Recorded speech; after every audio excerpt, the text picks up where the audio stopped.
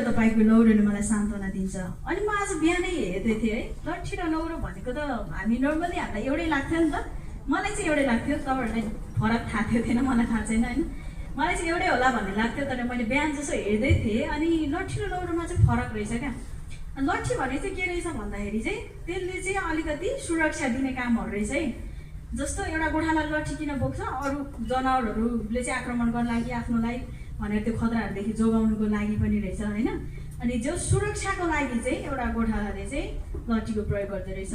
अनि त्यस पछाडि लौरोको चाहिँ के प्रयोग रहेछ भन्दाखेरि चाहिँ त्यसले चाहिँ अलिकति सहारा दिने, आफूलाई पनि सहारा दिने कुरा र चाहिँ अलिकति मार्ग निर्देशन दिने कुरा। अनि यहाँ चाहिँ परमेश्वरको लट्ठी र लौरोले चाहिँ यहाँ सान्त्वना दिन्छ भन्दै गर्दाखेरि चाहिँ यो चाहिँ के रहेछ भन्दाखेरि चाहिँ अनि यसो ख्रिस्टद्वाराको चाहिँ प्रभु परमेश्वरद्वाराको चाहिँ फर्स्टको कुराले चाहिँ बताउँदछ लट्ठी भनेको चाहिँ उहाँद्वाराको सुरक्षाको कुरा है।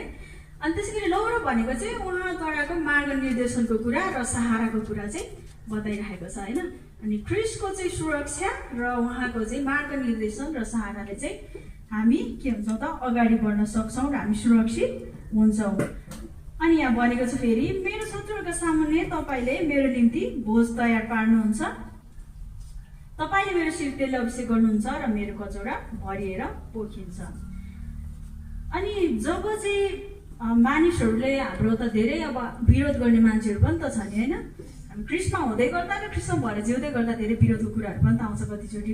अनि त्यस्तो अवस्थाहरूमा पनि तर चाहिँ के गर्नुहुन्छ त परमेश्वर हामीलाई जहिले पनि हाम्रो साथमा भइदिनुहुन्छ र चाहिँ हामीलाई विजय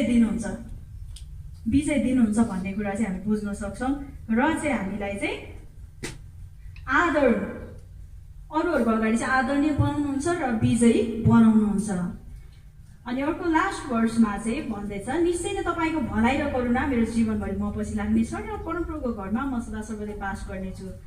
अनि यहाँ चाहिँ भनेको छ कि भलाइ र करुणाको विषयमा कुरा गरिएको छ। अनि जीवनभरि म पछि लाग्नेछ भनेको छ है। प्रभुको भलाइ चाहिँ आज मात्र होइन है, तपाईँ र मेरो जीवनमा हिजो मात्रै थिएन, आज मात्र होइन, तर हाम्रो जीवन रहिन्जेल र जीवनभरि नै उहाँको प्रेम, उहाँको कृपा अनि उहाँको भलाइको कुराहरू चाहिँ हाम्रो जीवनमा चाहिँ रहन्छ र पछ्याइराख्छ है। अनि अन्त्यमा चाहिँ के त परमेश्वरको घरमा चाहिँ हामी सदा सर्वदा बस्न पाउनेछौँ। आमेन। हुन्छ, यो वचनबाट पनि यो वचन पढाइबाट पनि प्रभुको महिमा गएको छ। र अब चाहिँ हामी एउटा भजनलाई